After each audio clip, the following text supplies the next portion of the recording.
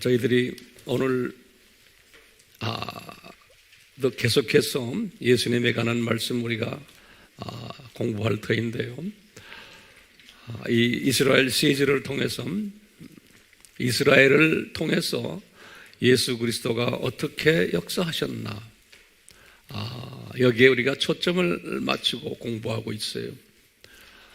이 이스라엘 시리즈를 공부를 하면서 성령님께서 저에게 강력하게 말씀하시기를, 우리 한국 분들만 알아서 뭐 하느냐, 이 모든 시리즈들을 제가 한국말로 한 것을 이것을 쉽게 문서화해서 이것을 책으로 만들어서 우리 한국어로 책을 만들면은 중국말로 그대로 번역이 되고 일본어로도 그대로 번역이 되고 또 소련어로도 그대로 번역이 돼요. 우리가 그 시스템을 다 가지고 주님이 다 주셨어요. 뿐만 아니라 이것을 그대로 또 영어로도 그대로 번역이 돼요. 그래서 이 세계의 소위 큰 인구들이 읽고 있는 언어로 즉시로 번역이 되는데, 제가 담당하는 분들에게 부탁을 했어요. 이것을 제가 매주마다 이렇게 설교할 때마다 이 설교를 그대로 한국어로 번역을 해서 이것이 이제 잘 정돈된 대화식, 누구나 읽기 쉽게 대화식으로 만들어서 한국어로 빠른 시일 내에, 지금 예수님의 재림이 가까웠어요. 빠른 시일 내에 이걸 만들어서, 그래서 이것을 이제 영어로 해놓으면은 다른 언어는 그대로 한국어에서 그대로 이제 가지만 영어도 나오지만, 영어로 만들어 놓으면 영어 가지고 전 세계에 우리가 지금 섬기는 30개의 언어로 번역이 즉시로 들어갈 수 있어요. 우리가 그동안에 과거 20년 동안 이렇게 해왔어요.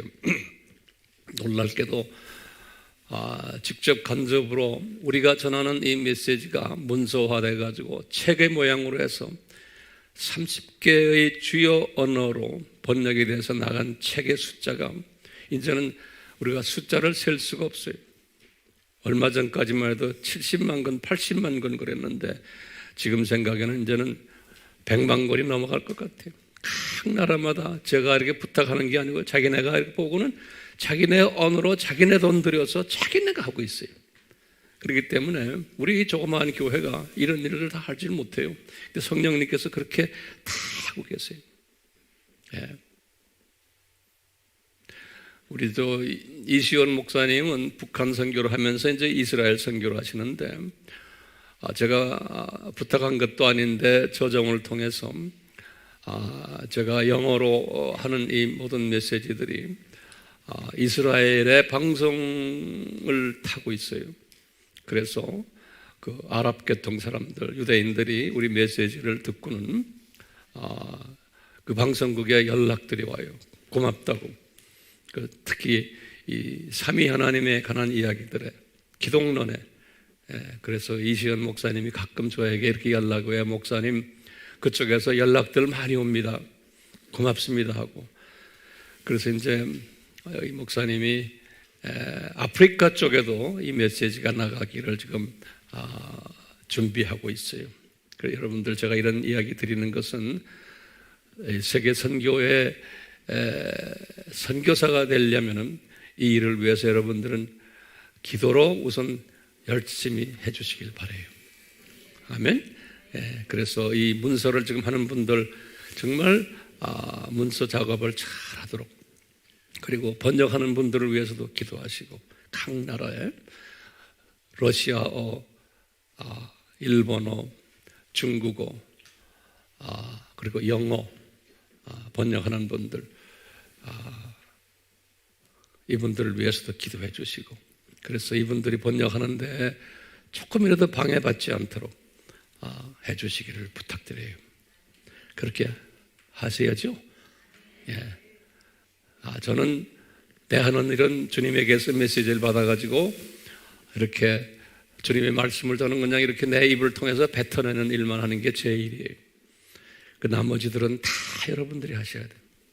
예. 그래서 한 사람에게 다 은사를 주지 않으셨듯이 각자가 가지고 있는 일들을 잘 해 나가시길 바라요. 여러분들 아시다시피 여기서 있는 홍 목사가 머리가 갑자기 이렇게 까매지고 또 이렇게 머리를 이쁘게 잘 정돈해주고 하는 이런 은사를 가진 우리 교회 권사님 두 팀이 있어요. 이분들이 제가 3주마다 한 번씩 거기 가서 머리를 깎는데 제가 지난번에는 4주 만에 갔어요. 왜? 가기가 싫어가지고. 그랬더니 나한테 막 꼬중을 해요. 목사님 3주 만에 오세요 하고. 그래서 제가 네 했습니다. 또 이런 분들은 또 이걸로 저를 이렇게 정돈시켜 주시는 거예요. 제가 머리를 덥수룩하고 하얀 머리 잔뜩 이래가지고 있으면 보기가 좋겠어요? 그렇죠? 예, 그래요. 우리가 계속해서 이 이스라엘을 통해서 이 삼위 하나님에 대한 공부를 하고 있어요. 특히 예수님에 대해서 우리가 초점을 맞추고 있어요. 왜 그럴까요? 그러면 이게 하나님의 디자인이시기 때문에 그래요. 이 왜 그럴까요? 하면요. 왜냐하면 이 삼위 하나님 중에서 우리 피조물들과 직접 관계를 맺으시는 하나님이 누구예요? 예수 하나님이세요. 예수 하나님이세요. 이것을 우리가 지난 시간에도 계속 공부했어요. 그래서 창세기 2장 4절부터 시작을 해서 그 예수 하나님이 야훼 하나님이라는 이름으로 우리에게 등장하셨어요. 네, 그리고는 온갖 여러 이름들을 그 변천사에서 우리에게 보여주시면서 그 변천사 때문에 그 야훼 하나님이 예수 하나님이란 것을 잘 이해를 못하도록 의도적으로 혼돈시키셨어요. 예수님께서. 제가 볼 때는요. 그렇기 때문에 우리가 무장하지 않으면은 그 혼돈된 예수 하나님의 이름을 정돈할 수가 없어요. 그래서 이제 오늘날 우리가 이 정돈하는 작업을 하는 거고, 이 정돈이 되면은 엄청 성령 충만함을 우리가 경험하게 돼요. 그리고 영의 눈이 바짝 뜨이게 되고, 우리가 예수님을 생각만 해도 가슴이 뭉클하고 눈물이 나오고, 오늘 우리가 예수님에 대한 여러 가지 찬송을 부를 때도 그 찬송 속에서 그 예수 그리스도가 나한테 깊이 박히는, 약동하는 이러한 경험들 하게 되죠. 네, 점점점 더 그렇게 될 걸로 우리가 기대하면서 오늘도 말씀을 공부할 터인데, 근데 우리 질문 중에 하나가, 제가 엊그제 목회자 칼럼에도 썼지만, 왜 예수님이 요한에게 가르쳐 주신 거예요. 요한 1서 2장 18절. 요한 2서에 그 내용이 몇 개 나와요. 그 성경 구절은 제가 거기다 다 드렸어요. 왜 이 신약 시대에 적 그리스도, 엔타이 크라이스트예요. 이 적 그리스도로 이렇게 허용하셨나? 여기에 대한 질문을 우리가 던졌었어요. 이 말은 다른 말로 표현하면 신약 시대에 가짜 그리스도들이 많이 배출될 것을, 그런데 이것은 철저한 하나님의 주권 속에서, 예정 속에서 가짜들을 풀어놓으시는 거예요. 풀어놓겠다고 요한에게 그렇게 예언하셨어요. 그러면 제가 목회자 칼럼에 그랬죠. 이 하나님의 자녀들이 이 진짜에 더 집중하라고. 그래서 역기능적 하나님의 교육 방법이다. 그렇기 때문에 하나님의 자녀들이지만 이 진짜 그리스도에 집중하지 못하면은 어떻게 되느냐? 속임을 당하게 되어 있는 거예요. 그래서 오늘날 세계 어디를 가나 유럽이나 미국이나 카나다나 호주나 소위 유명 신학교라고 하는 신학교 안에서 우리나라도 다 포함되지만 진짜 그리스도를 가르치는 신학교들이 많지가 않아요. 진짜 그리스도를 가르친다고 하지만 희미하게 가르쳐요. 왜냐? 그 교수들이 그렇게 훈련을 받은 거예요. 그래서 신학 과목에 거의 80~90%가 이 진짜 그리스도와 무관한 과목들을 공부를 시켜요. 그러면 황 목사님 그걸 어떻게 아세요? 그러면 내가 40년 동안 신학교에 관계되는 일들을 해왔기 때문에 그러는 거예요. 여러분들보다도 국내만이 아니에요. 모든 이 나라 저 나라에서 신학교를 직접 제가 운영도 해오고 있고 또 선진국 신학교에서 학문도 공부하고 또 가르치는 교수 생활도 하고 했기 때문에 이것을 뼈저리게 제가 느끼는 거예요. 지금 우리 교회에 한 누구라고 말하지만 한 형제가 지금 안무 신학교를 다니는 거예요. 우리나라에 그래도 가장 보수라는 신학교에 좀 다니고 있어요. 내가 아침에 출근하면서 물어봤어요. 신학교 잘 다니냐? 그러니까 네, 잘 다닙니다. 그래서 뭐 배우는 게 뭐 맞냐? 그랬더니 쓸데없는 거 공부하는 것 같아요. 그래요. 네, 대부분이 쓸데없는 소리를 한대요. 그래서 나한테는 이제 그런 말을 하겠지만 딴 사람한테는 그런 말 하면 안 돼요. 네. 왜냐하면 예수님 중심보다는 그 다른 비본질에 많이 지금 신학교들이 초점을 맞추고 있기 때문에 그래요. 그렇기 때문에요, 신학을 한다고 하는 사람들을, 그 사람들을 다 이 예수 그리스도에 대해서 무장되어 있느냐? 그렇지 않아요. 그러니까 속임 당하면 안 돼요. 근데 여기에 대한 분별력을 가지시라고 우리가 지금 이렇게 예수 그리스도에 대해서 집중적으로 우리가 공부하고 있는 거예요. 그 분별력 가졌다고 그래서 그런 사람들을 우리가 비난하거나 그러면 안 돼요. 절대로요. 그럴수록 안타까워하고 불쌍히 여기고 위에 기도해주고 이런 그 성숙한 분들 되시기를 다시 한번 부탁드립니다. 특히 오늘날은 적그리스도가 아주 난무하는 시대, 우리 알잖아요. 그 중에 가장 강한 적그리스도가 누구예요? 두 짐승이죠. 이 두 짐승 속에 첫 번째 짐승, 두 번째 짐승. 이 두 번째 짐승이 종교적 적그리스도. 이분들이 지금 집중적으로 종교 다원주의를 지금 주장하고 가르치는 세계의 거의 한 70~80%의 신학교들과 교단들이 여기에 속해서 진짜 그리스도를 변질시키는 일들을 실제로 하고 있는 이 시대에 우리가 살고 있는 거예요.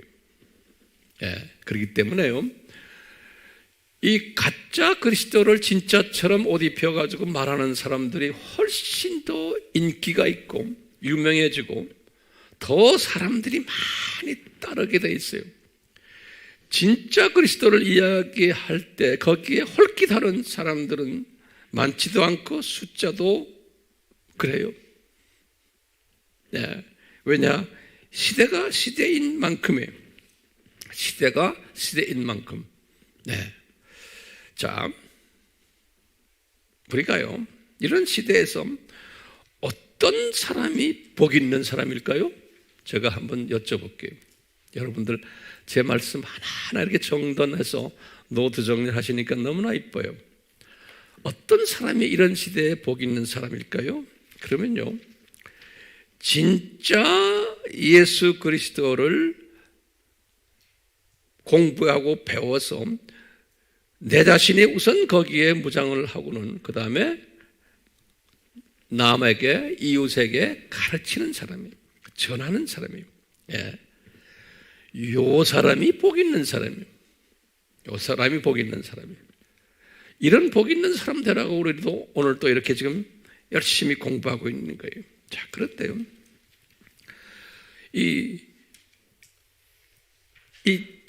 이런 사람이 여호와를 아는 사람이에요. 다시 말하면 여호와는 누구예요?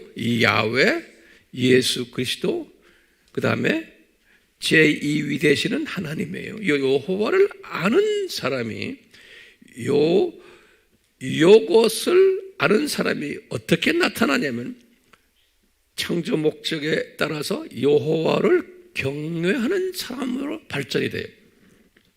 그러니까 우리가 지적으로 이 여호와가 누군지를 아는 수준에서 업그레이드 돼가지고 여호와를 경외하는 사람이 돼야 돼요. 그러니까 항상 내 옆에 계시니까 경외란 것은 거룩한 두려움이에요.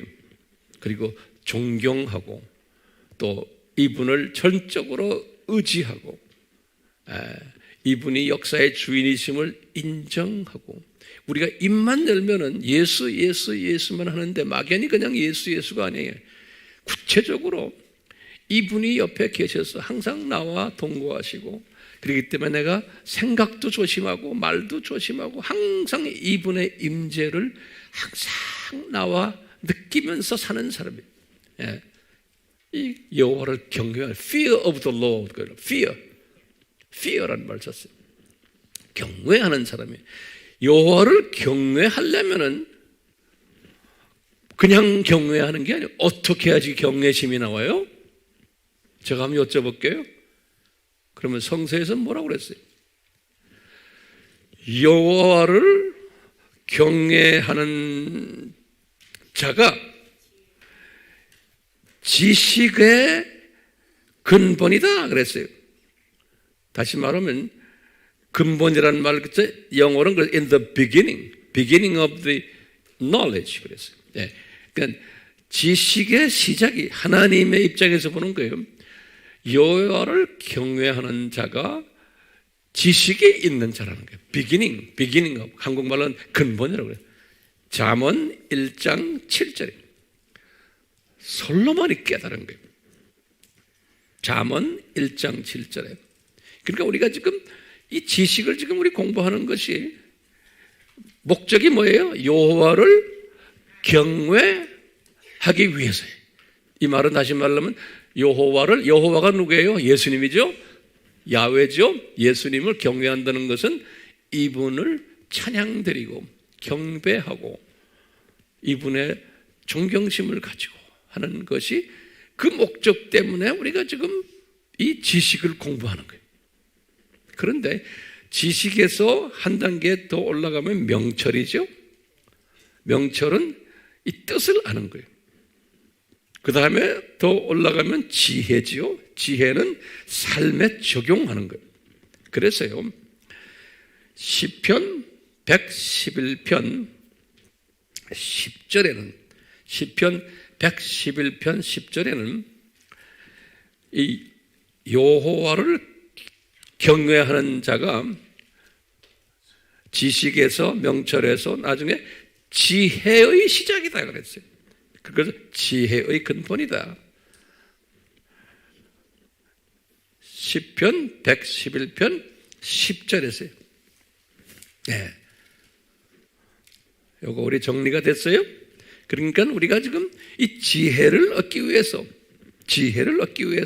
이 공부를 지금 하는 거예요. 자, 그런데 중요한 게 있어요. 이런 하나님의 가르침을 이스라엘 사람들, 그래서 우리 이스라엘 시리즈를 하는 거예요. 이스라엘 사람들의 역사 속에서 우리에게 가르쳐 주는 거예요. 이스라엘 사람이라는 건 하나님의 자녀들이에요.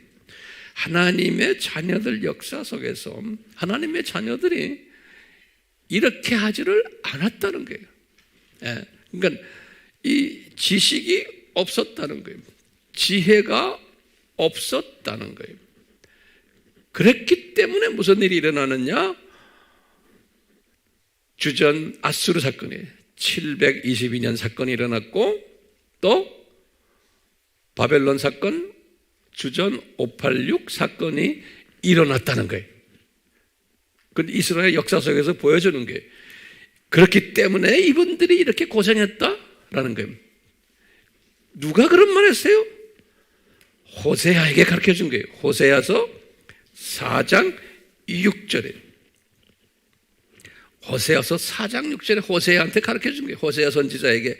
왜 니네 백성들이 역사 속에서 722년 사건, 586 사건 일어난지 아느냐?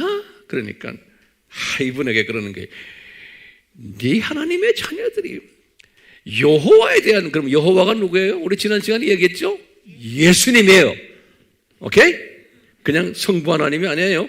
예수님에 대한 지식이 부족해서 이런 사건이 일어났다는 거예요.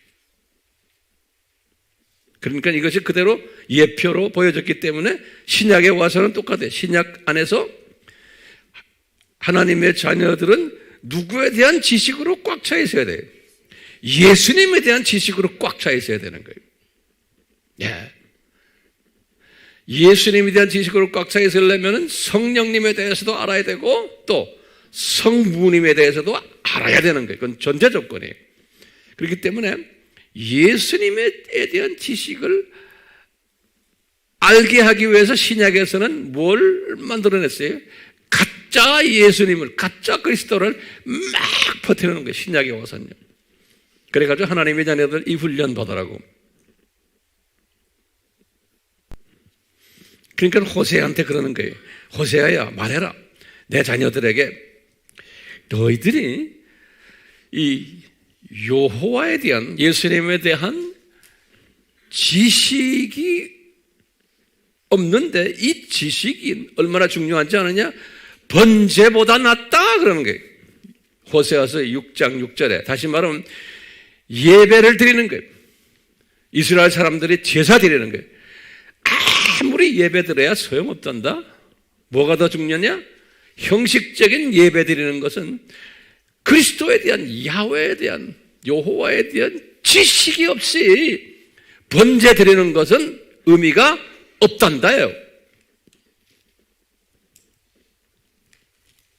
그러니까 무엇이 가장 중요하다는 거예요? 예? 여호와를 아는 지식 기본이에요. 그렇게 되면 무슨 생각? 여호와를 경외하는 마음이 드는 거예요. 그러니까 창조 목적에 여호와를 내가 존경하고 영광 드리는 마음이 조금씩 들어오는 거예요. 그러기 때 한 단계 더 올라가면 명철, 여호와에 대한 명철, 그 다음에 여호와에 대한 지혜까지 이렇게 쭉 들어오는 거예요. 그렇기 때문에 오늘 제가 이 본문 말씀을 시편 106편 48절 말씀했어요. 제가 칠판이 넉넉지 않아서 이제 이 시편 108편, 여기 이제 106편 여기에요. 시편 106편 48절에 보면 여호와를 송축하라. 하나님의 자녀들이라고 그래서 송축하라. 요 송축이란 말을 썼죠. 근데 이제 우리나라 성경에도 송축이란 단어도 쓰고 여기에도 또 찬양하라 그랬어요. 이 송축이란 단어가 이 히브리 말로는 바락이란 단어예요. 바락. 요 바락이란 단어인데 요 바락이란 단어가 딱 사전을 들여다보면 프레이즈라고, 프레이즈 또는 우리 영어 하는 사람 adoration 그래요. adoration이라는 말도 똑같은 말이에요. 예? 찬양하는 거예요. 예. 그렇기 때문에 여호와의 자녀들아 여호와를 송축하라 그랬어요. 예. 이 창조 목적이죠. 이분을 다 송축하라. 그러면서 어떻게 송축하느냐? Forever, forever 그 두 번 써놨어요. 영어 원본에 보면요, forever, 영원히 여호와를 송축하라 그랬어요. 하나님의 자녀들아,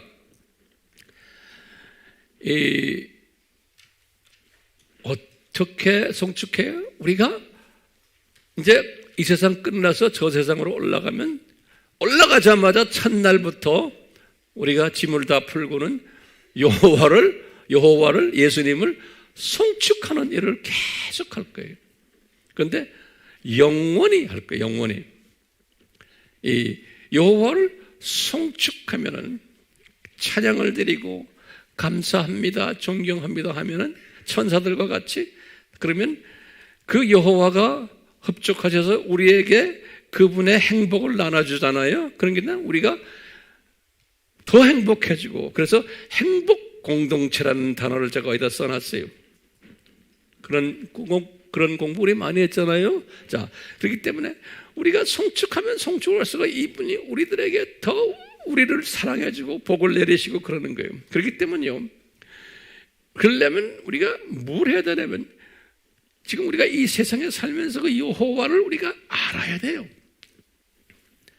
그래서 히브리 말로는 야다라고 해요. 야다. 예.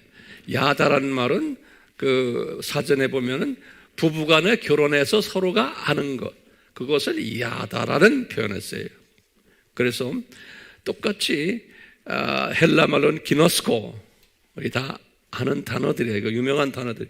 이것은 다 그냥 아는 게 아니고 피부로 느끼면서 아주 가까이 지내는 것.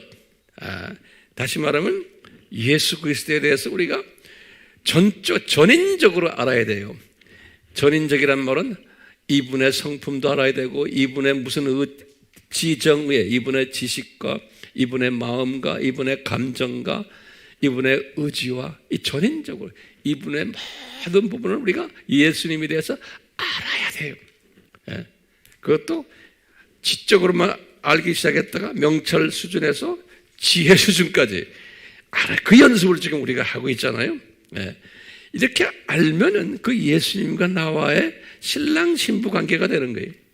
그러니까 신부가 되려면, 다시 말하면 들림받는 크리스찬이 되려면은 누구에 대해서, 이 신랑 예수님에 대해서 아주 알아야 되는 거예요. 야다, 기노스코예요. 예. 그래서 우리가 지금 이 공부를 하잖아요. 예. 오늘은 제가 제한된 시간에 이 예수님에 대해서, 예수님의 특성에 대해서 평소에 여러분들이 다 들어왔던 것들이지만 한번 제가 이렇게 정돈을 좀 해드리려고 그래요. 준비됐어요? 네. 정돈이 되면은 큰 도움이 돼요. 네.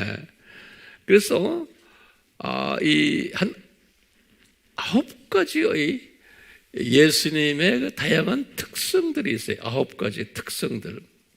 그 특성들을 제가 다 우리들이 기독교인들은 되게 알아요. 다 알지만 제가 한번 정돈을 시켜드리면 큰 도움을 또 받게 돼요. 그래서 우리는 항상요, 여러분들이 가르칠 때도 마찬가지예요.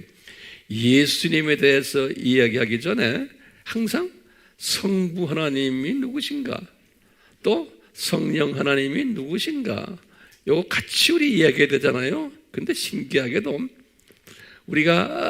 우리에게 주신 이 성경 말씀에 보면은 성부 하나님에 대한 호칭은 아주 적어요. 예. 왜 그럴까요? 성부 하나님은 우리가 볼 수 있어요, 없어요? 볼 수 없는 분이에요. 성부 하나님은. 그래서 성부 하나님은 우리와 직접 연관되신 분이 아니세요. 꼭 누구를 통해서 연관돼요?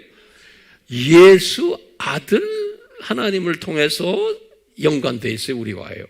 그렇기 때문에 우리는 예수 하나님에 대해서 잘 알아야 돼요. 이 말은 예수 하나님을 알게 되면 아버지 성부 하나님도 따라서 알게 되게 돼 있는 거예요. 예.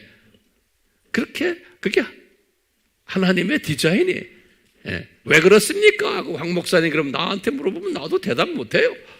그게 하나님의 디자인이에요. 예.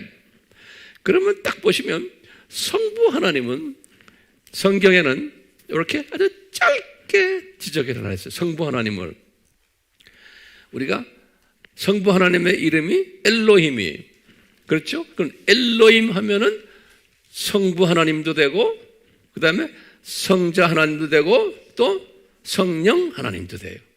그러니까 하나님 할 때, 그렇기 때문에 우리가요, 예수님을 부를 때도 하나님 하고 부르지만 될 수 있으면 하나님이라고 부르는 것보다는 구체적으로 여기에서 나오는 예수님의 이름을 불러주시는 게 훨씬 더 좋은 거예요.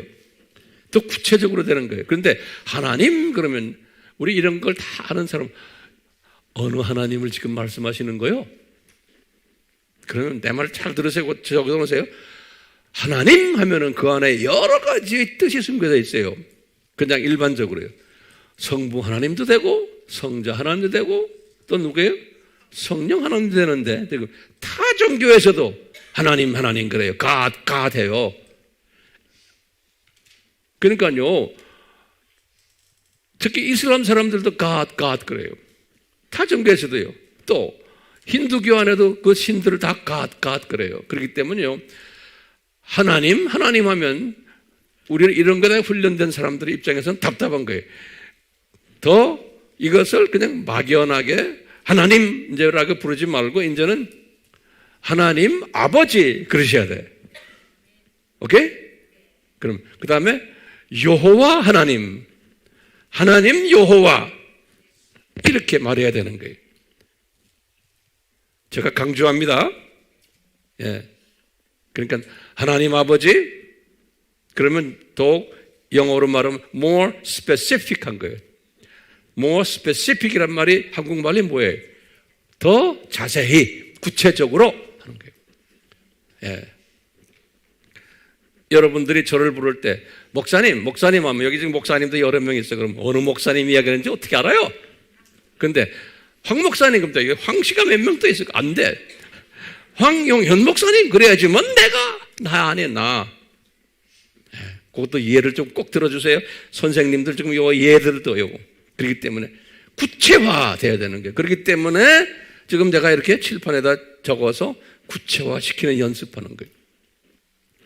그러니까 성부 하나님은 여기 보면 그냥 창세기 1장 1절에 엘로힘 이렇게 거기에 계신 성부 하나님이에요. 또는 요한복음 1장 1절에 말씀이 계시니 말씀이 하나님과 함께 계셨다. 그럴 때 그 하나님이 아버지와 성령님과 함께 계셨다. 그런 소리나 마찬가지예요. 자, 그런데 요 아버지가 인간하고는 직접 관계를 안 하신다 그랬잖아요. 그래서 여기 보면 요한복음 4장 46절에 뭐라고 써 있어요? 아버지를 본 자가 없다 그랬죠. 예수님이. 그러니까 요한복음 4장 46절에 4장에 내 생각엔 6장 같아. 요거 내가 잘못 쓴 것 같아. 날 좀 도와주세요.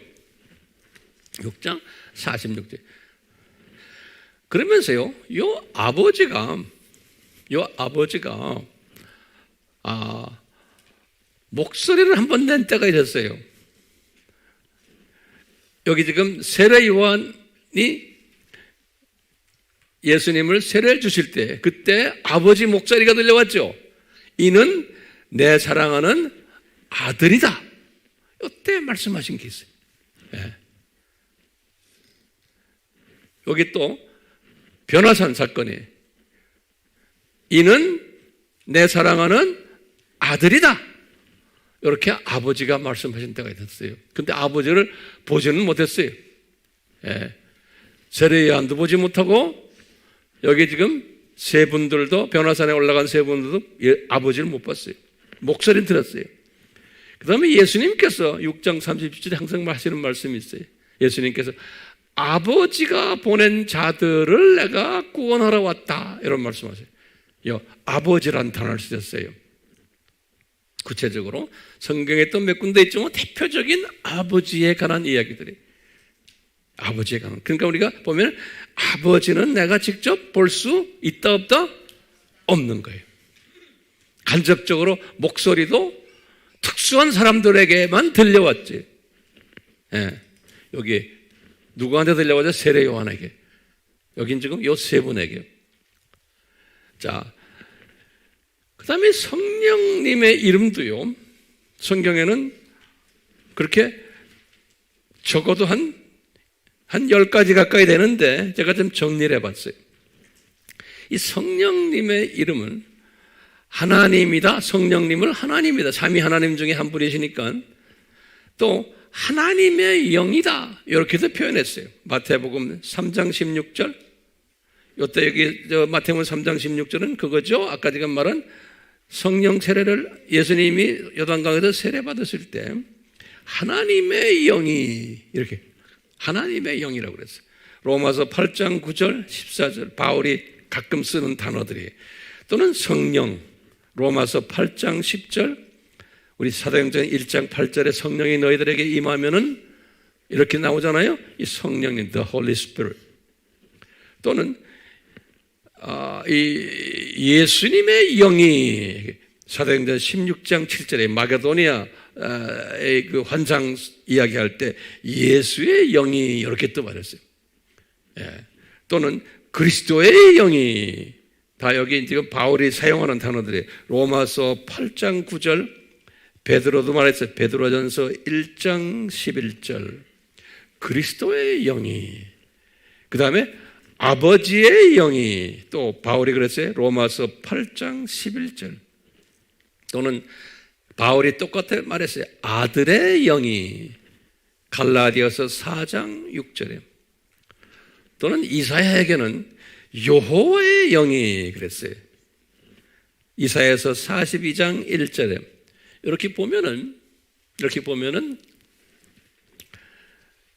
성령님이 적어도 한 10가지의 내용으로, 여기 보면 8가지죠. 이렇게 표현이 되는 거예요. 어떤 때는 아버지의 영, 어떤 때는 아들의 영, 그냥 또 성령, 이렇게. 정돈됐어요? 예. 재밌죠? 자, 이제 성서에서는 요 아버지와 성령에 관한 이야기는, 그들의 이름들은 이렇게 짧아요. 별로 많지가 않아요. 이렇게 딱, 그래서 이렇게만 정돈하시면 돼요. 그런데요, 나머지 성경에는 엄청난 많은 예수님의 이름들이 있어요. 예수님에 대해서는 온갖 이름들이 다 성경에 이렇게 쫙 이렇게 정리되어 있어요. 그만큼 예수님이 중요하기 때문에 그러는 거예요. 예수님이 우리와 직접 관계되는 분이고, 예수님이 어떤 때는 이렇게 말씀했죠. 내가 너희들 친구다 라기까지. 예, 그러니까 우리는 누구에 대해서 철저하게 알아야 돼요? 예수님에 대해서 철저하게 알아야 되는 거예요. 그래서 이분을 내가 경외하는 사람까지 가야 되는 거예요. 그러려면 지식을 쌓아야 되고 명철을 쌓아야 되고 지혜를 쌓지 않으면 예수에 대해서 예수님을 경외하는 마음이 생기지를 않는 거예요. 그럼 영적으로 진짜 경외하는 사람까지 정말 하이 레벨로 경외하는 사람이 되면 그 예수님의 신부가 되는 거예요. 그러니까 예수님의 신부 들림받는다는 것이 그렇게 쉬운 게 아니에요. 소수의 하나님의 자녀들 중에 정말 예수님을 경외하는 사람, 그러려면 황 목사님 어떻게 해야 돼요? 이건 은혜가 임해야 되지만 은혜 플러스 그 다음에 나의 자유의지를 주님이 사용하셔가지고 예수님에 대해서 철저하게 배고파하는, 배우고 싶어하는 사람들로 이끄심을 받는 사람들이에요. 이게 아무나가 안 해. 자, 그런 의미에서 우리가 한번요 간단하게, 제가 이게 복잡하게 써놨지만 제가 간단하게 설명해 드릴 거예요. 이거 이제 우리가 항상 기억하셔야 돼요.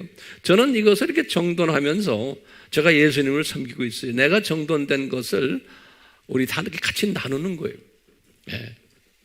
온전하진 않지만 제가 깨달은 것을 여러분들에게 나누는 거예요. 그래서 나눔을 받으시길 바라요. 성령님이 여러분들에게 이러한 감동 주시고 지식과 명철과 지혜를 주시기를 바라는 마음으로 제가 여기다 이렇게 정돈을 한번 해봤어요. 자, 첫째, 예수님의 다양한 특성들이 있어요. 우리가 그동안에 많이 공부했지만 이걸로 하나하나 정돈하면서 다 이걸 메모라이즈 해야 돼. 오케이? 메모라이즈를 하지 않으면은 까먹어요. 메모라이즈 하는 가장 좋은 방법이 뭐라고 우리가 배웠죠? 가르치는 거예요. 내가 입을 열고서 가르치는 거예요. 입을 열고서 가르칠 때 내 목소리가, 내 소리가 내 귀로 들어올 때 이게 메모리가 돼. 그 전문가들의 말에 의하면은, 그렇기 때문에 저도 마찬가지. 이렇게 말로 하잖아요. 그럼 내 목소리가 내 귀로 들어오잖아요, 다시. 이럴 때 나도 메모리가 되는 거예요. 그러니까 내 혼자가 있으면 안 되는 거예요. 남에게 말을 해야 되는 거예요. 그럴 때 성령님이 역사를 하시는 거예요. 여기 보면 첫 번째 예수님의 특성이 뭐냐면 예수님은 삼위 하나님 중 제2위 되시는 분. 우리 다 아는 소리야. 제2위 되시는 분이에요. 그런데 이것을 어떻게 설명하느냐? 지금 이거 굉장히 중요한 부분이에요. 우리가 기독론에서 우리 아바에서 공부를 했는데 다시 간단히 정리를 해요. 중요한 개념이기 때문이에요. 아버지가 말하기를 이 젊은이는 내 아들이다 그러는 거예요. 그럴 때 대문자 휴이오스, 우리 공부했죠? 요거 다시 정리하세요. 아하, 그럼 대문자 휴이오스는 무슨 소리라고 그랬어요? 우리 아바 공부할 때 기독론에서 the same이란 소리예요. 내 밑에가 아니고 나와 same 레벨의 분이다, 그런 뜻이 아들이라는 뜻이에요. 휴이오스. 그래서 대문자 H를 쓴 거예요. 마태복음 3장 17절, 여기 변화산 사건, 아까 요거 세례받는 사건 때 그러는 거예요. 그러니까 이분들이 유대인들이죠. 세례 요한도 또 예수님의 제자들도 휴이오스, 캐피탈 레터를 썼기 때문에 이분들도 어느 정도 아신 거예요. 성령님이 캐피탈 레터다라고 그분들에게 가르쳐 준 거랑 마찬가지예요. 그 어떤 분은 그때 글도 쓰지 않았는데 어떻게 캐피탈 레터인지 아닙니까? 나중에 성령님이 마태를 통해서 쓰게 할 때 캐피탈 레터를 딱 써놓은 거예요. 성령님께서. 또 아버지가 뭐라고 하냐면요. 예수님이 뭐라고 하냐면 예수님이 5장 18절에 유명한 거예요. 요한복음 5장 18절 예수님이 그런 게 유대인들아, 자기 제자들 보고 그러는 거예요. 성부 하나님이 나와 이퀄이다. 동등하다는 거예요. 예. 그러니까 놀랄 노자죠. 예? 성경에 어디에 나와요? 요한복음 5장 18절에. 그것을 헬라말로 뭐냐? 이소스 그랬어요. 여러분들 헬라말까지 같이 외우세요. 예. 그런 교회가 우리 교회밖에 없는 것 같아요. 예. 휴이오스. 그 다음에 이소스. 발음 한번 해보세요. 이소스. 이소스란 말은 영어로는 equal with. 그분과 나와 equal이다. I am equal with Father. 그런 거예요. 그 다음에 예수님이 또 말씀하세요. 예수님이 내가 아버지와 하나다 그럴 때, 이때도 보면 하나란 단어를 캐피탈 레터 hen 그랬어요. H. 요한복음 10장 30절에 보면 정확하게 캐피탈 레터 H를 썼어요. 이 말은 뭐냐면 이퀄 레벨이다. 그런 소리는 동등하다, 동위다, 모든 게 같다는 소리예요. 아버지와 아들이. 그렇기 때문에 바울에게 그랬죠. 예수님은 하나님의 본체이시다 그랬어요. 기가 막힌 말이지. 여기 지금 빌립보서 2장 6절에 예수님을 닮아라 그러면서 성령님이 바울에게 그런 게 그 예수는 아버지 하나님과 또는 성령 하나님과 본체이시다. 그분의 본체이시다. 이 본체란 말을 그러니까 우리가 원어를 그래서 보는 게 모르페이. 그래서 모르페이. 이 모르페라는 말은 뭐냐면 여기 본질이 같다는 거예요. 본질이 같다는 거예요. 그러니까 지금 30살 잡수신 그 인간 예수가 우리 유대인들이 섬기는 성부 하나님과 본질이 같으신 분이라는 거예요. 예. 그렇기 때문에 우리가 여기다 내가 우리 잘 아는 독생자라는 단어를 쓴 거예요. 우리 독생자가 뭐라고 그랬어요? 원어로 모노 게네스.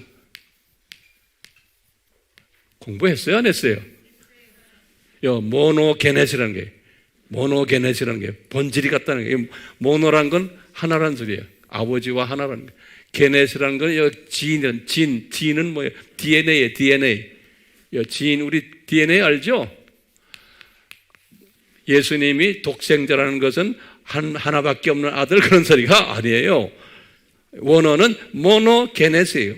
그러니까 DNA가 같다는 거예요. 다시 말하면 본질이 같다는 거예요. 누구와 같아요? 아버지와 성령님과 예수님이 본질이 같다는 거예요. 모르페.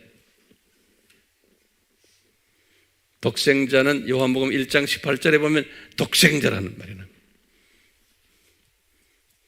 그러니까 그 30살 잡수신 그 목수 출신 그 예수님이 유대인들이 섬기는 아버지 하나님과 모르페, 본질이 같다는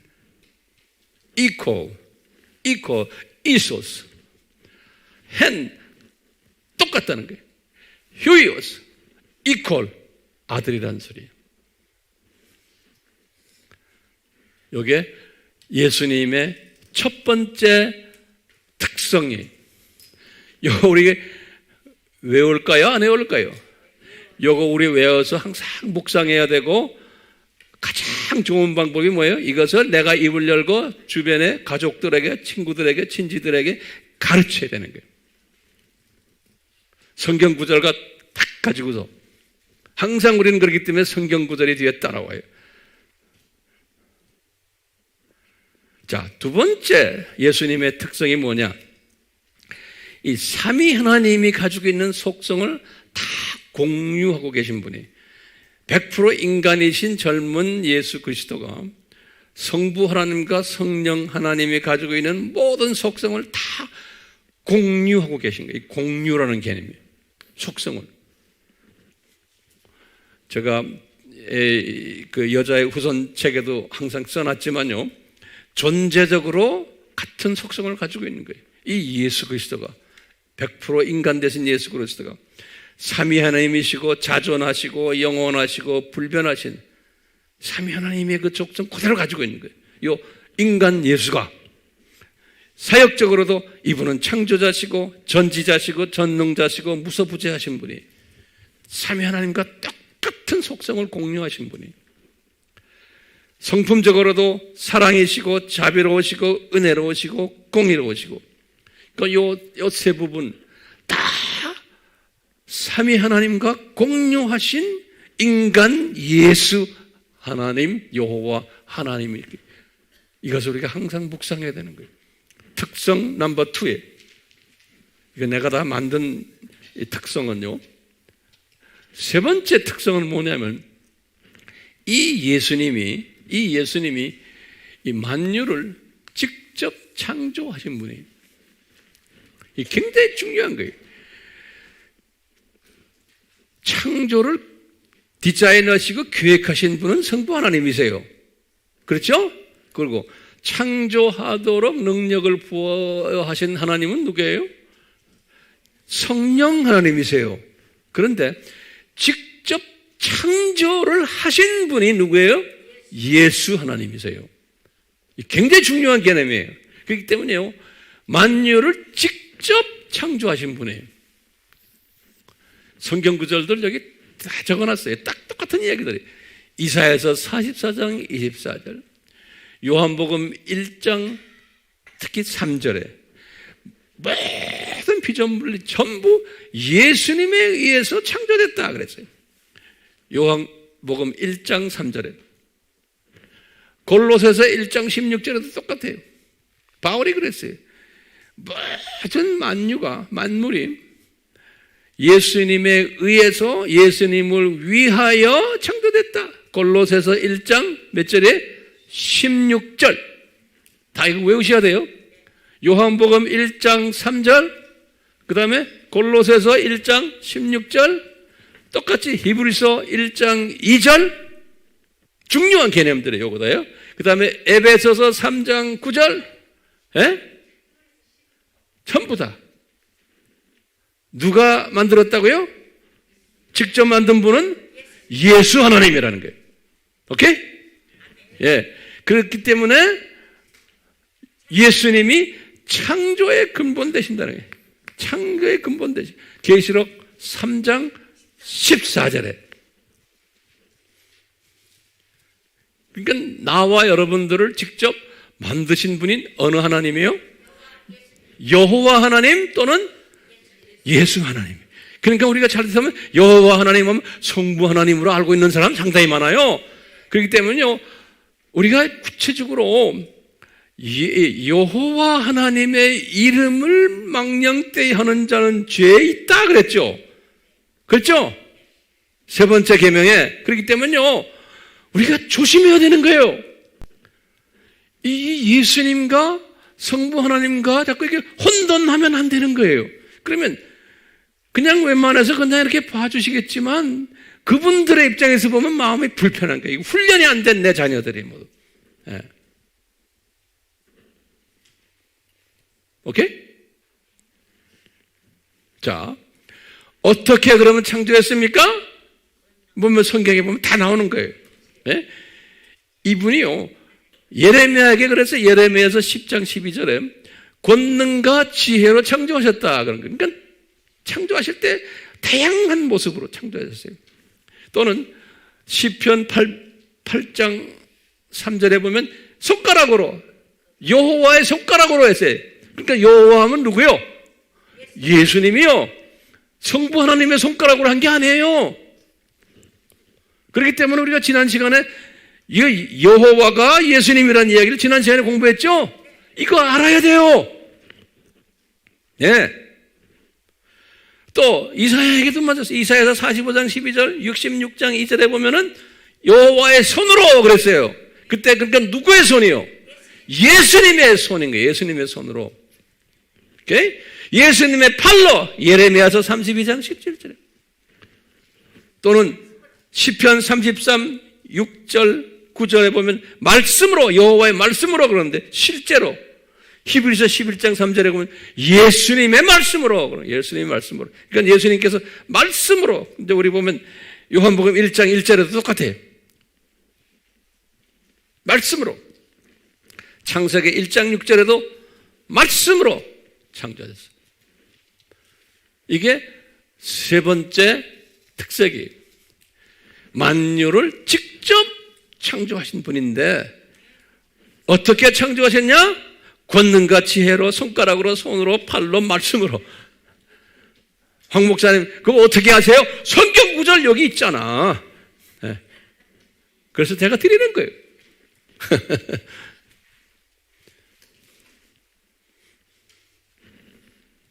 특성 네 번째.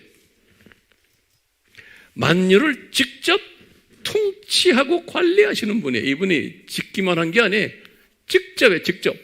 그러니까요, 모든 우주 만물, 나와 여러분들 포함해서 심지어는 개미, 아메바까지, 지금 이 코비드-19의 모든 이 박테리아들까지 누구의 장중에 있어요?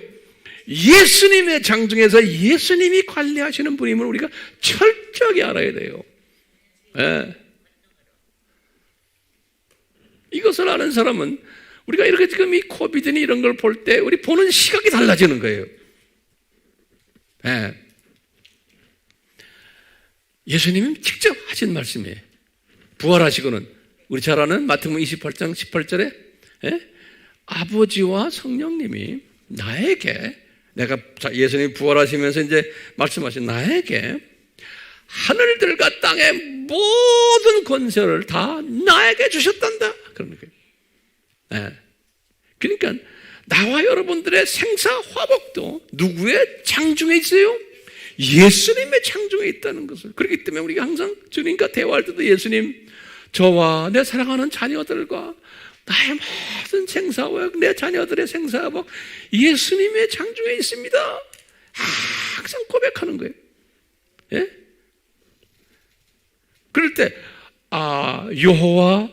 여호와의 장중에 있습니다. 그래도 그 뜻을 알죠. 그런데 아버지의 장중에 있습니다. 그러면 아버지가 얘야, 내 장중이 아니야. 그거는 내가 그 모든 권한을 누구한테 줬어?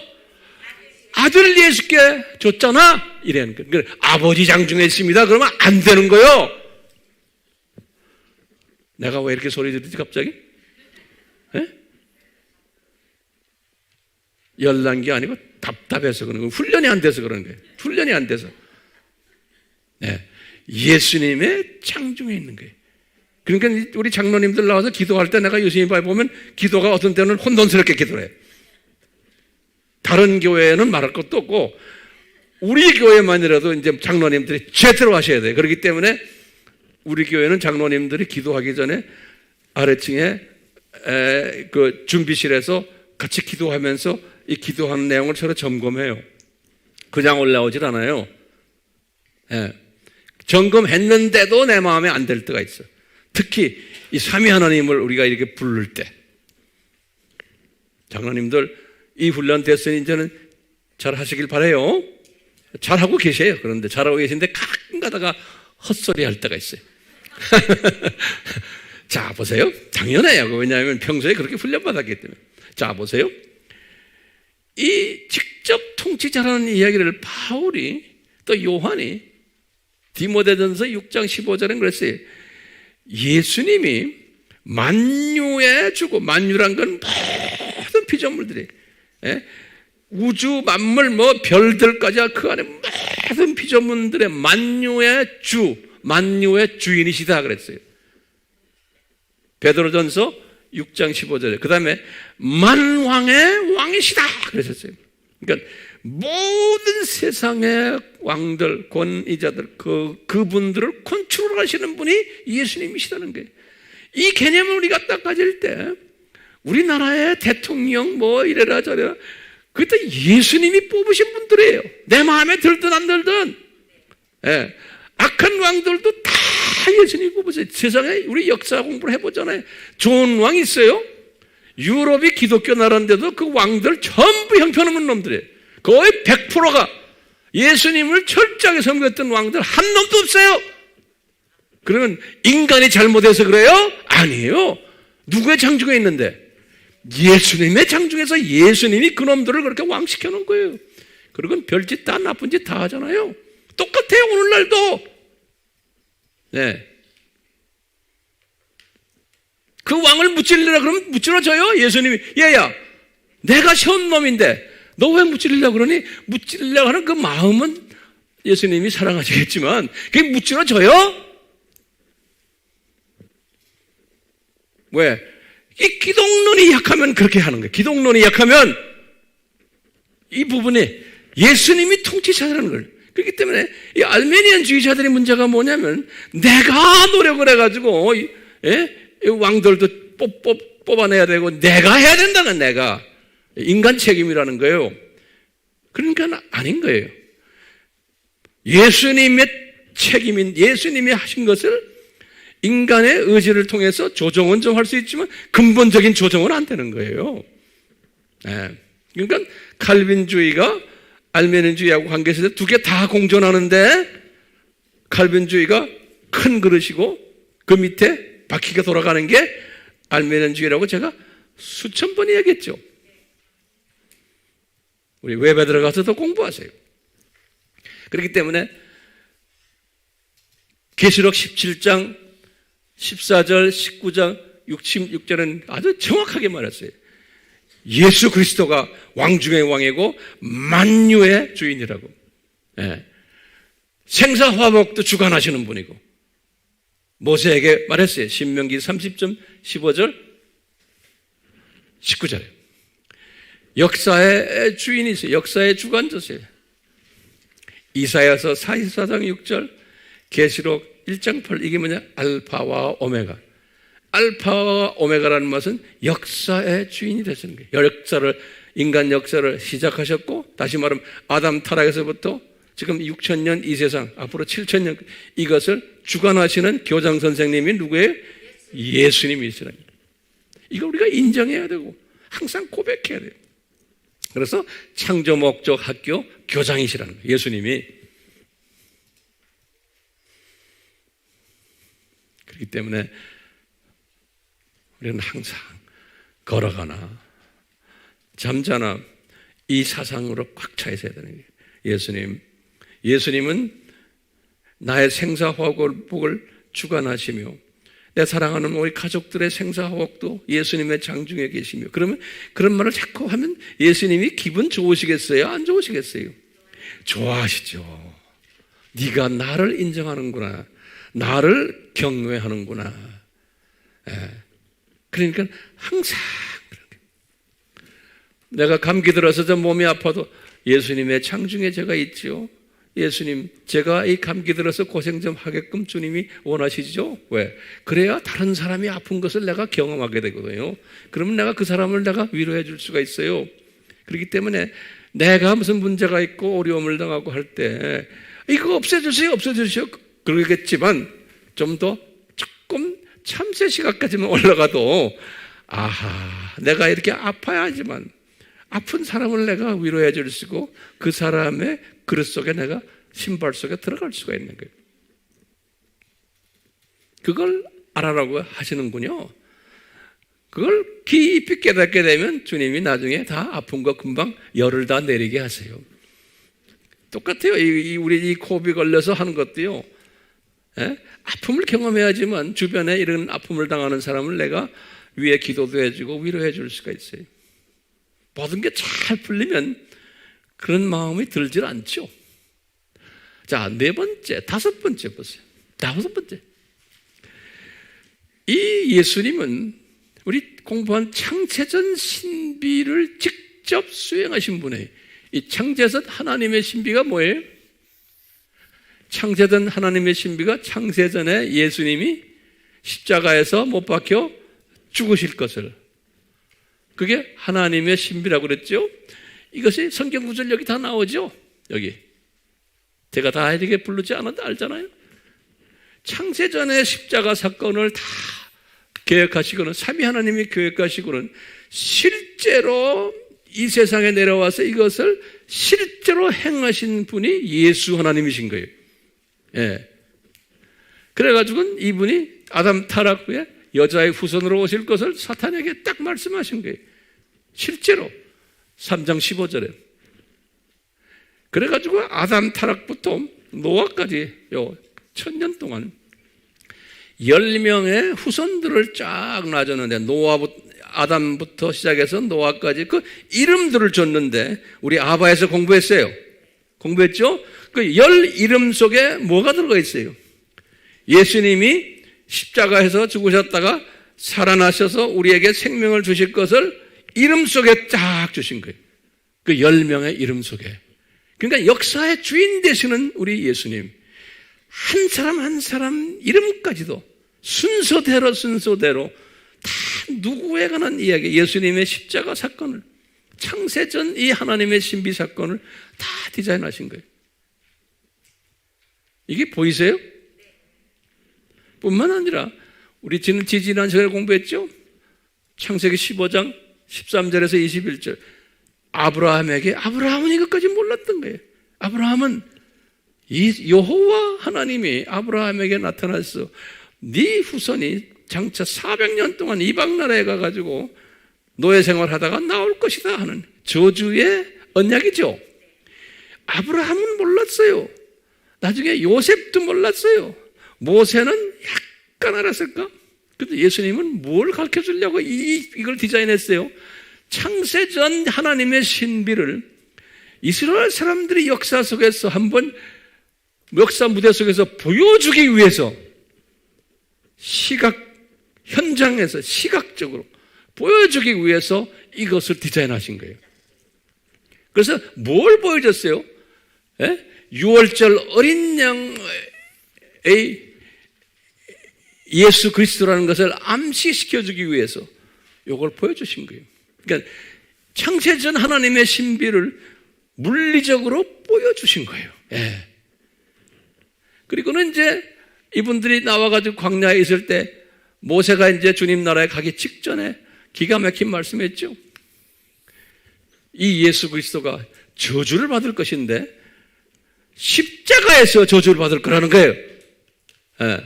왜? 이 십자가는 저주받는 사람만 달려서 죽는 곳이라는 거예요. 기억나세요? 모세는 그 뜻도 몰랐어요. 그렇게 가르쳐준 거예요. 그리고는 딱 500년 후에 실제로 다윗에게 보여주신 거예요. 시편 22편 1편에 실제로 예수님이 십자가에서 저주받는 모습을 엘리 엘리 라마 사막다니를 쫙 보여주신 거예요. 다윗에게. 다윗이 그게 무슨 뜻인지도 모르고 그냥 본 거예요. 네. 그러다가 이사야에게, 이사야에서 53장 우리 잘 알죠? 5절에 6절에 이분이 이 저주를 담당하시는 분인 것을 이사야가 깨달았어요. 근데 이사야도 구체적으로는 알지 못하지만 그분에게 가르쳐줬어요. 그러다가 예수님께서 실제로 십자가에서 마태복음 27장 46절에 실제로 이렇게 말씀하신 것을 실제로 저주받으시는 장면이 마태복음 27장 46절 아니에요? 엘리 엘리 라마 사막다니. 이 저주를. 예? 그러니까 이 창세전에 디자인하신 것을 인간이 되셔가지고 이 십자가 사건을 받으면서 이 저주 받는 것을 대속의 주님 되실 것을 다 그런 거예요.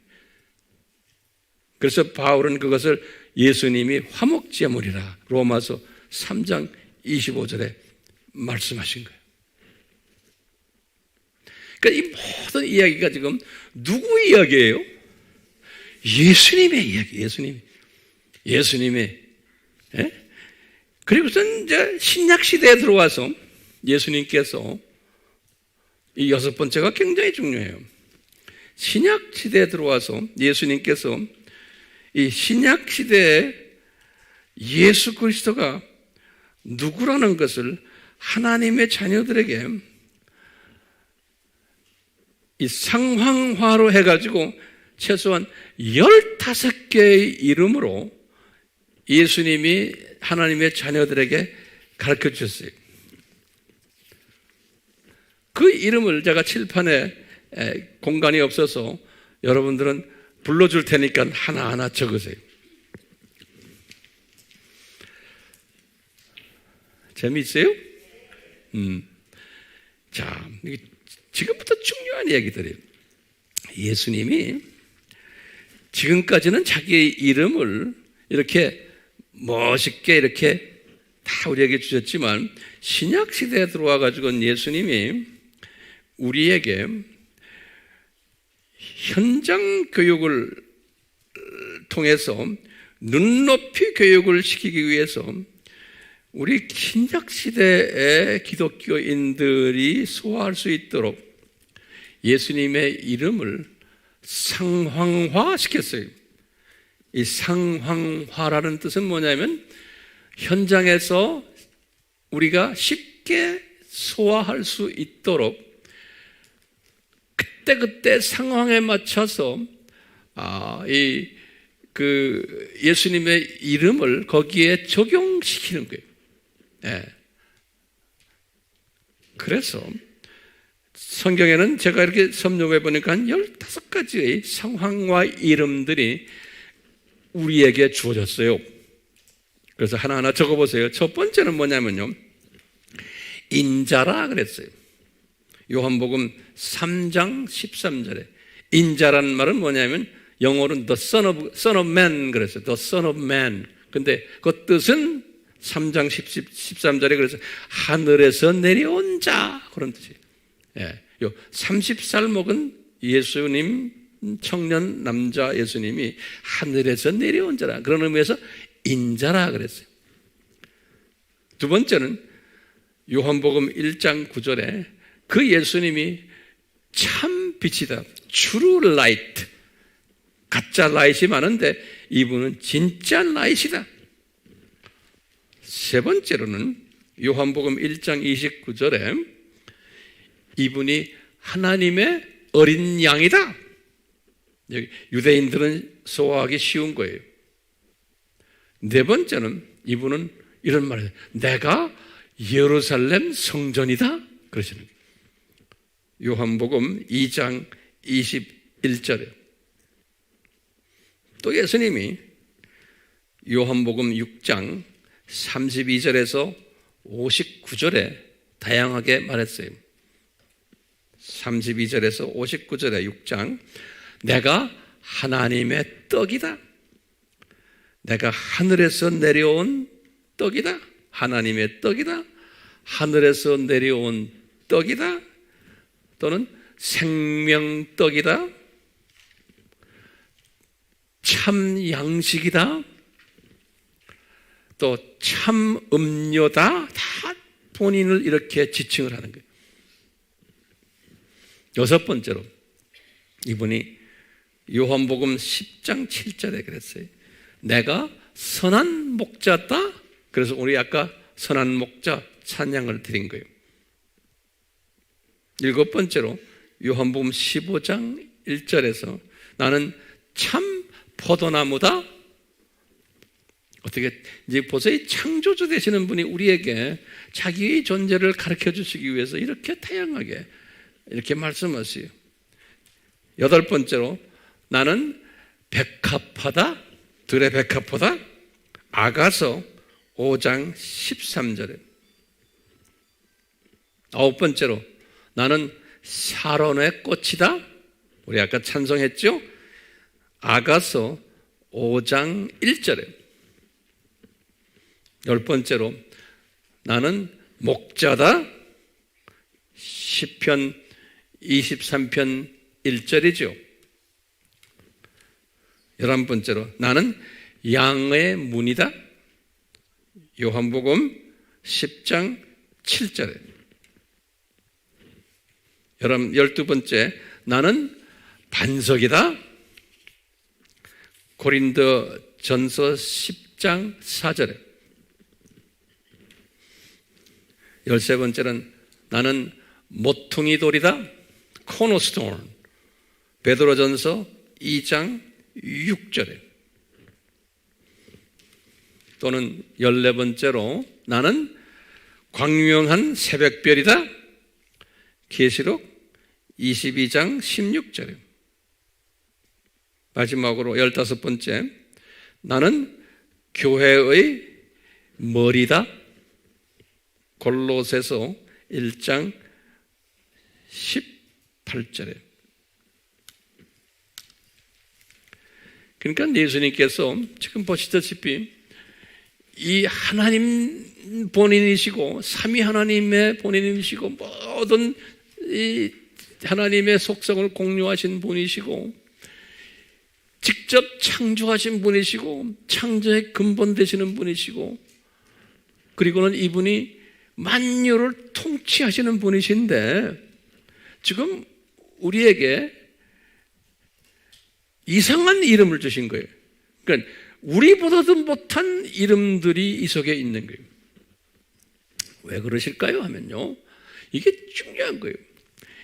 이 하나님이 창조주가 우리 피조물들에게 창조 목적의 중요성을 우리 수준으로 가르쳐 주시기 위해서 스스로를 이렇게 성육신화한 거예요. 다시 말하면 스스로를 낮추셔가지고 우리 레벨로 그래서 성육신 신학이라고 그래요. 영어로는 The Theology of Incarnation 그래요.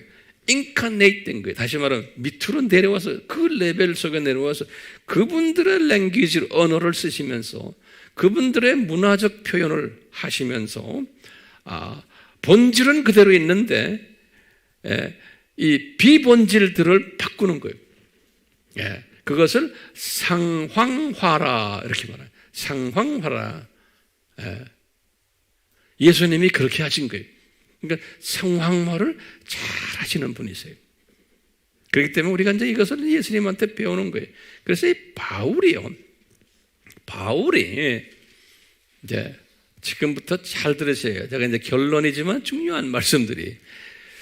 바울이요, 이 상황화를 참 잘했던 분이에요. 이 바울이 이분이 본래 엘리트 출신 아니에요? 엘리트 출신인데 이분이 이 정말 비엘리트처럼 돼가지고 상황화를 아주 잘했어요. 성령님이 그분에게 은혜를 베풀어 줬기 때문에 이 엘리트 사람이 완전히 예수님처럼, 예수님도 엘리트 중에 엘리트 아니에요? 최고 엘리트인데 아주 상황화 해가지고 인간의 낮은 레벨로 오셔서 이렇게 하듯이 바울이 그것을 닮아가지고 이분이 상황화를 이분 신학을 보면 철저하게 잘했어요. 근데 그 중에 이제 대표적인 바울의 이야기 중에 하나가 고린도전서 9장에 고린도전서 9장에 이 고린도전서 9장에서 이분이 이런 이야기를 했어요. 이건 여러분들 저는 항상 이 부분을 묵상하는 사람인데요.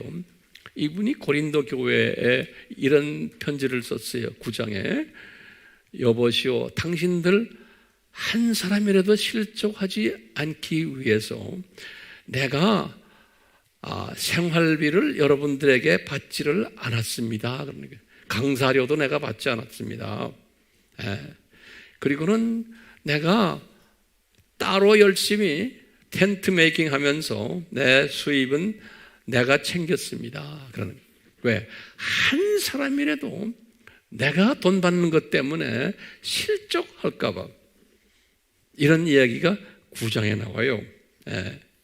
그러시면서 이분이 이런 말을 해요. 이제 9장, 저 밑에서 성경 구절 적어내서 고린도전서 9장 18절에서 27절까지 아주 유명한 말씀이에요. 오늘은 제가 결론적이면서도 이 말씀을 우리가 집중해서 배울 필요가 있어요. 이분이 뭐라고 그러시냐면 18절에 여보시오, 고린도 교인들아, 내가 복음을 전하는 사람이기 때문에 너희들에게 엄청난 선물을 전하는 사람들이기 때문에 내가 값없이 너희들에게서 헌금을 받지 않고 내가 지금 전하고 있지만 실제로는 너희들 나한테 대가를 지불해야 된다. 내가 그렇게 너희들에게서 돈을 받을 권리가 있단다. 그러는 거예요. 왜? 너희들은 엄청난 선물을 나에게 무료로 지금 받고 있잖아. 그러는 거예요. 그런데 내가 이 권리를 사용하지 않았단다. 그러는 거예요. 18절, 19절에. 그러면서 이분이 이런 말씀을 하기에 내가 왜 그러느냐? 한 사람이라도 실족하지 않게 하기 위해서다. 그러면서 이분은 초점이 어디가 있냐면 나는 이 상황화를 잘하는 사람이다. 이 고린도 교회에 내가 만약에 돈 받으면 한 사람이라도 실족할 사람이 분명히 있는 것을 성령님이 나에게 감지시켜 준단다. 그렇기 때문에 한 사람이라도 실족하지 않기 위해서 나는 그 사람 때문에 내 권리를 사용하지 않았단다. 그러는 거예요. 그러면서 이분이 이런 말씀하시는 거예요. 나는 여러분들 그러면서 나는 유대인들을 딱 만나서 복음 전할 때는 그 사람들의 상황 속에서 이분들은 율법을 중요시하는 분들이기 때문에 그렇기 때문에 나도 율법을 굉장히 중요하게 생각한다고 하면서 이분들에게 접근한다는 거예요. 유대인들에게 접근할 때는 그래서 한 사람이라도 유대인 중에서 복음에 접하게 만들기 위해서 나는 그런 스타일로 한다는 거예요. 또 이분이 21절에 그랬어요.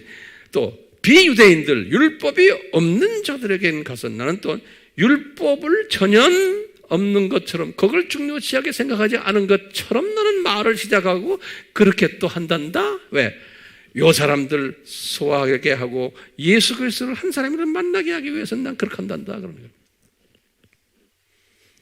까멜레온이에요. 까멜레온. 복음 까멜레온이. 그 다음에 22절에 그랬어요. 믿음이 약한 사람들에 가서는 나도 믿음이 약한 스타일로 이야기한단다. 왜? 요 사람들 중에 한 사람이라도 복음에 접하게 하기 위해서. 그렇기 때문에 이분이 그러는 게 23절. 나는 복음을 위해서 모든 일을 다 한단다. 그러시는 거예요. 다시 말하면 나는 까멜레온이다. 그러는 게 복음을 위해서. 복음 까멜레온이다. 네. 예수님이 이름을 지금 이렇게 하찮은 이름들 주신 게 이분이 무슨 까멜레온이요? 복음 까멜레온이요.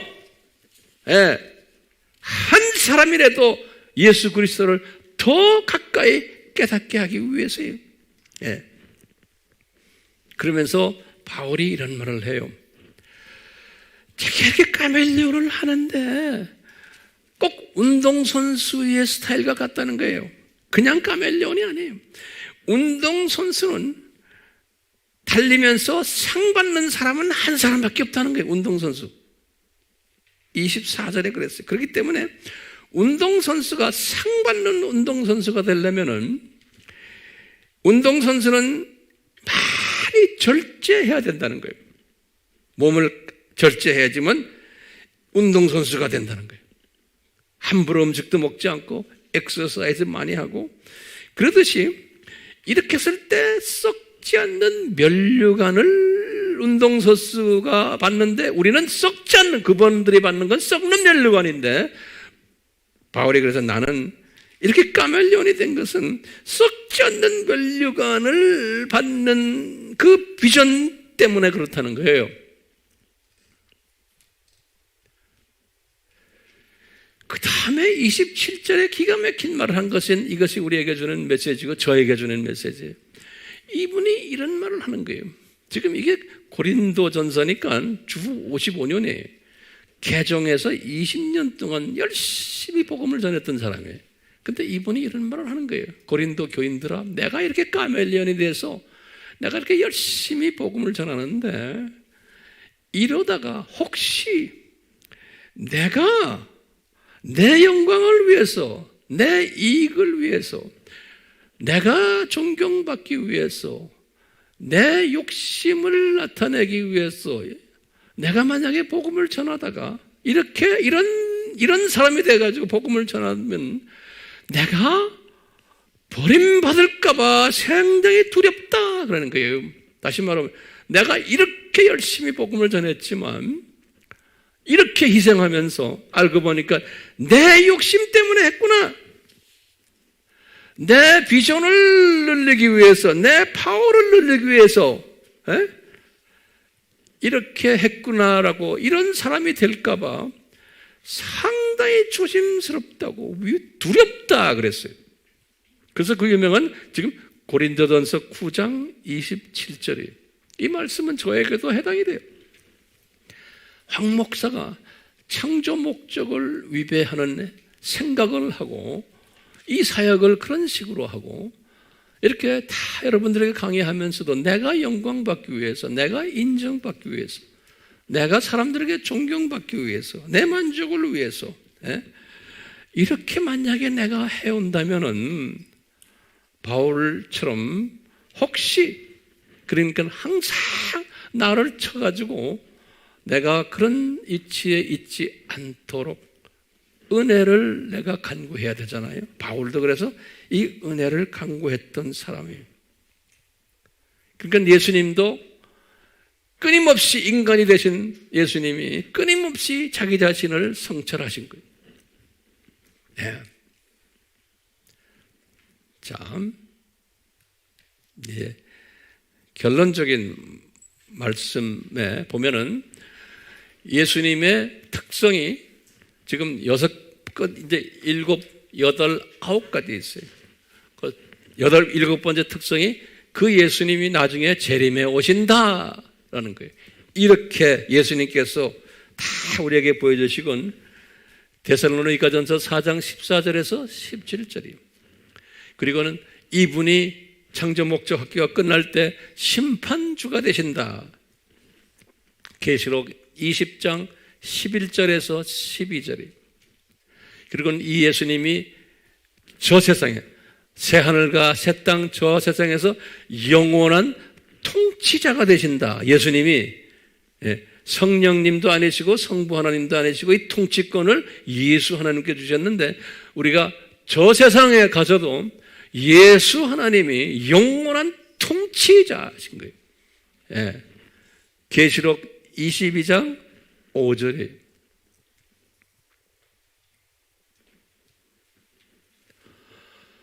우리가 지금 누구 지금 공부를 하고 있어요? 예수님 공부하고 있어요. 그러니까요, 우리가 이 예수님을 공부하면서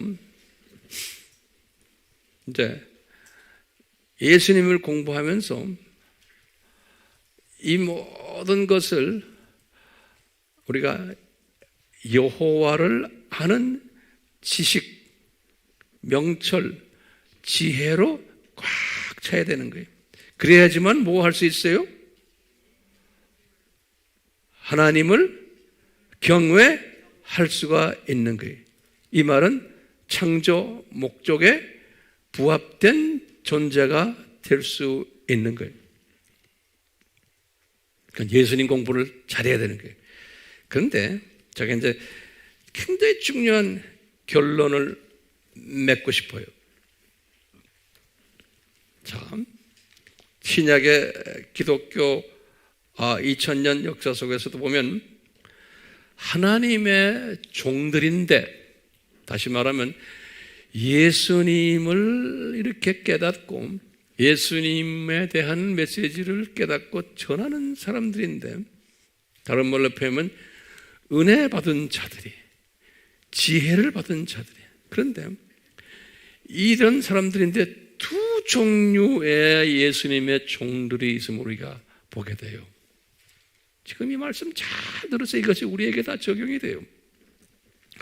두 종류의 여호와의 종들이 있는 거예요. 이 지식을 다 가진 분들인데, 지금 이 모든 통째로 다 가지고 있는 분들인데, 자, 첫 번째 종류는 뭐냐면요, 이 지식을 가지려면 은혜가 반드시 필요하죠. 은혜가 따라와야지만 여호와를 아는 지식, 명철, 지혜가 생겨요. 그래서 이렇게 여호와를 경외하는 마음이 들어오는데, 그럴 때마다 점점 더 변질되지 않고 알면 알수록 더 겸손해지는 종이 있어요. 그렇기 때문에 항상 바울처럼 겸손해져 가지고 내가 이렇게 복음을 전할 때마다, 로마 제국을 제자화시키는 일을 할 때마다 이분이 내가 교만해지지 않기 위해서 항상 나를 겸손케 만들고 그렇게 하신다는 거예요. 그렇기 때문에 고린도전서 9장 27절에 내가 두렵다는 거예요. 내가 버림받을까 봐. 그렇기 때문에 나는 내 영광을 내가 추구하지 않는다는 거예요. 그렇기 때문에 내가 내 영광을 추구하지 않기 위해서는 주님께서는 이분을 어떻게 만드는지 아세요? 우리 피조물들은 조금 유명해지고, 이게 중요한 개념이에요. 하나님의 은혜를 받은 자들이고 이 예수님에 관한 걸 철저하게 다 아는 사람인데도 피조물들은 속성이 조금 유명해지고 그러면은 권력을 가지게 되고 커지고 성공되고 따라서 재물까지 가지게 되면은 이 가시적인 복들이에요. 이 피조물들은 이게 변질되는 사람들이 있어요. 피조물들은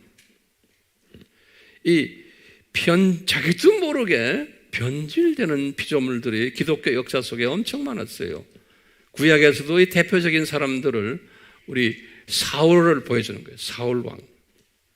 솔로몬도 변질됐다가 나중에 고침받았지만 이게 피조물들이 가지고 있는 약점이에요. 그런데 사울은 변질되고는 거기에 은혜로 회복을 시켜주질 않았어요. 사울은. 근데 솔로몬은 회복을 받았어요. 그래서 이분이 그 회복을 받은 후에 전도서, 잠언, 아가서 이런 걸 다 기록할 수 있었어요. 그 회개하면서.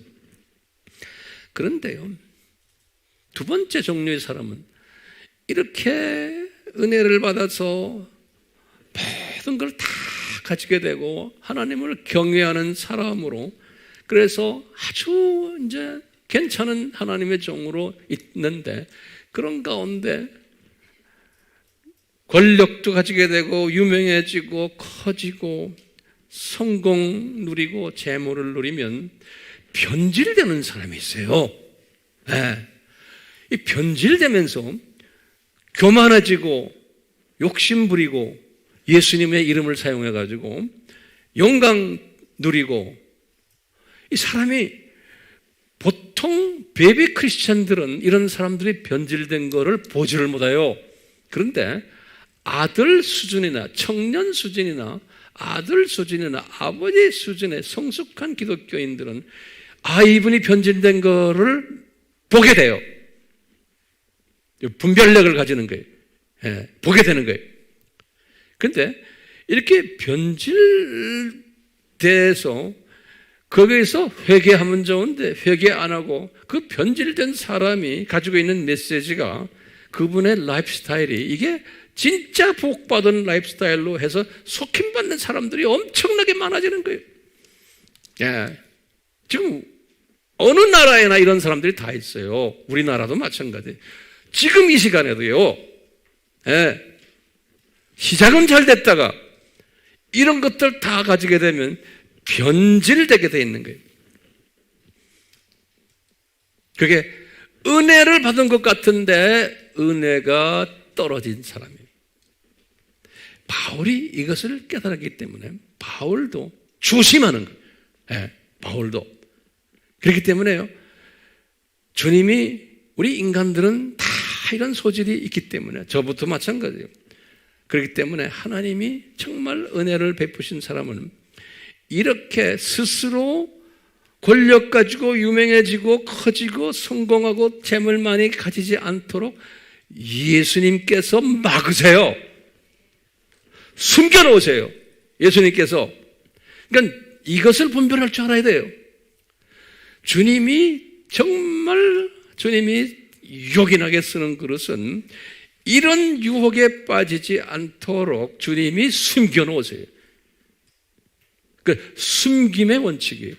그렇기 때문에 바울도 엘리트였지만, 유럽을 복음화시키는 일에 전력을 다했지만 숨겨놓으시고 유명세를 타지 않게 하시고 돈도 많지 않게 하시고 명예도 많지 않게 하시고 그 시대에 미움받는 예수님 때문에 이런 사람으로 만들어 놓으시는 거예요. 근데 바울이 그것을 알았어요. 바울이. 그렇기 때문에 이분은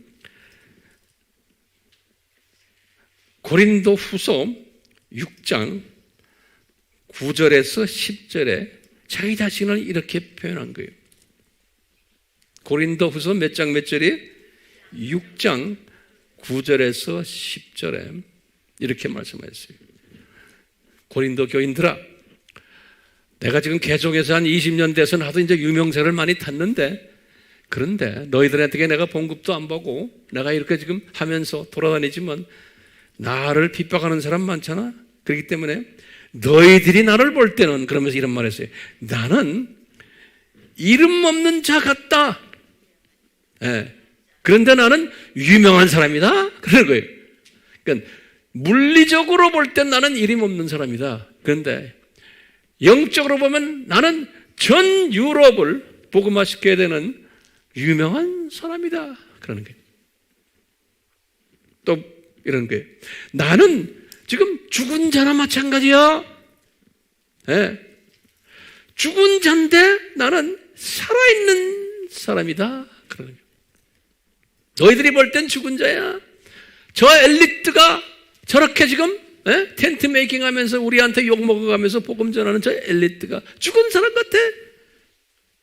그런데 나는 살아있는 사람이라는 거예요. 그러면서 얘들아, 내가 슬픈 사람 같지? 근데 나는 상당히 기쁜 사람이야. 그러시는 거예요.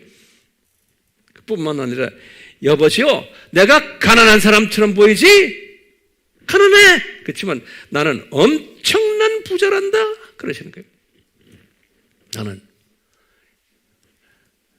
그렇기 때문에 이것은 무슨 말이냐면 지금 우리나라에도 이런 숨어서 숨겨놓고 유명세를 타지 않으면서 주어진 주님의 사역을 하는 주님의 종들이 엄청 많아요.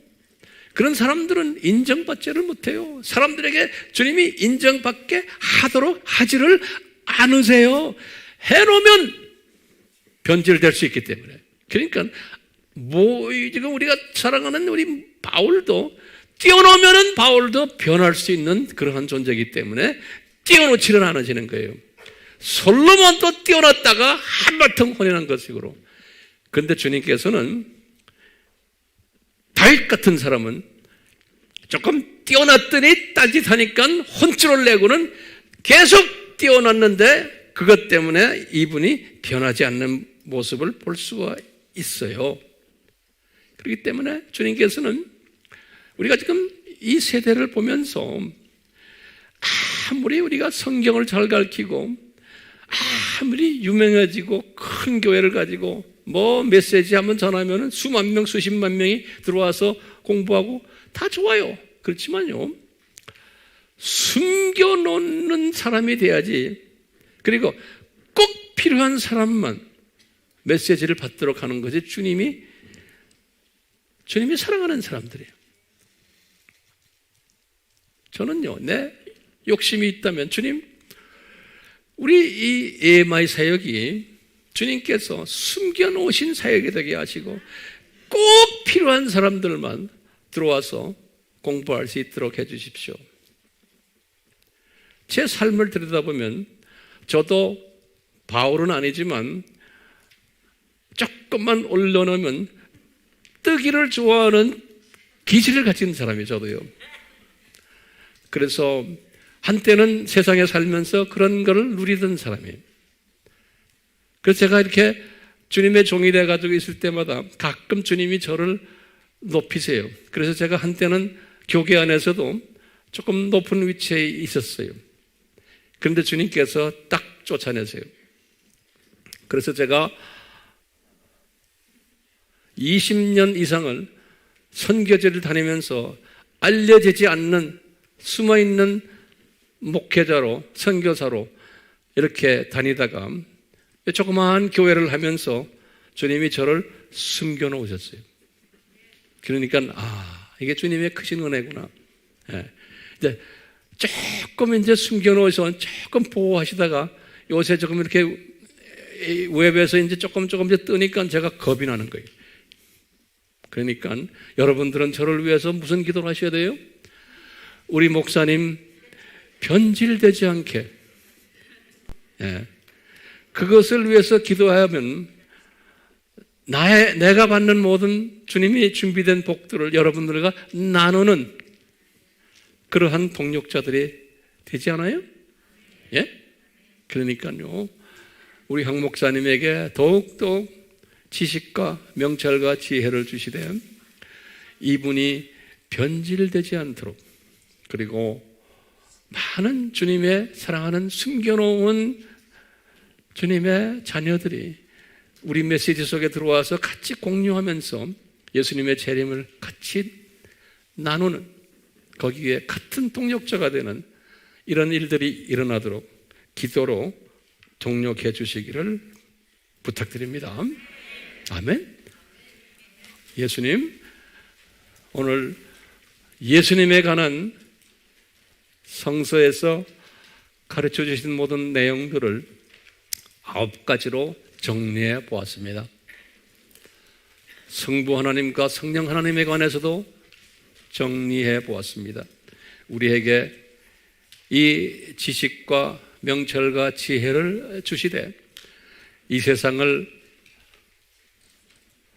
세미한 눈으로, 예리한 눈으로, 독수리 시각으로 이 세상을 분별하는, 이 세상을 보는, 그래서 이 세상 안에서 내가 어떻게 주님을 섬겨야 되는가를 가르침받는 복된 자들 되도록 은혜 베풀어 주시옵소서. 예수 그리스도의 이름으로 기도드리옵나이다. 아멘.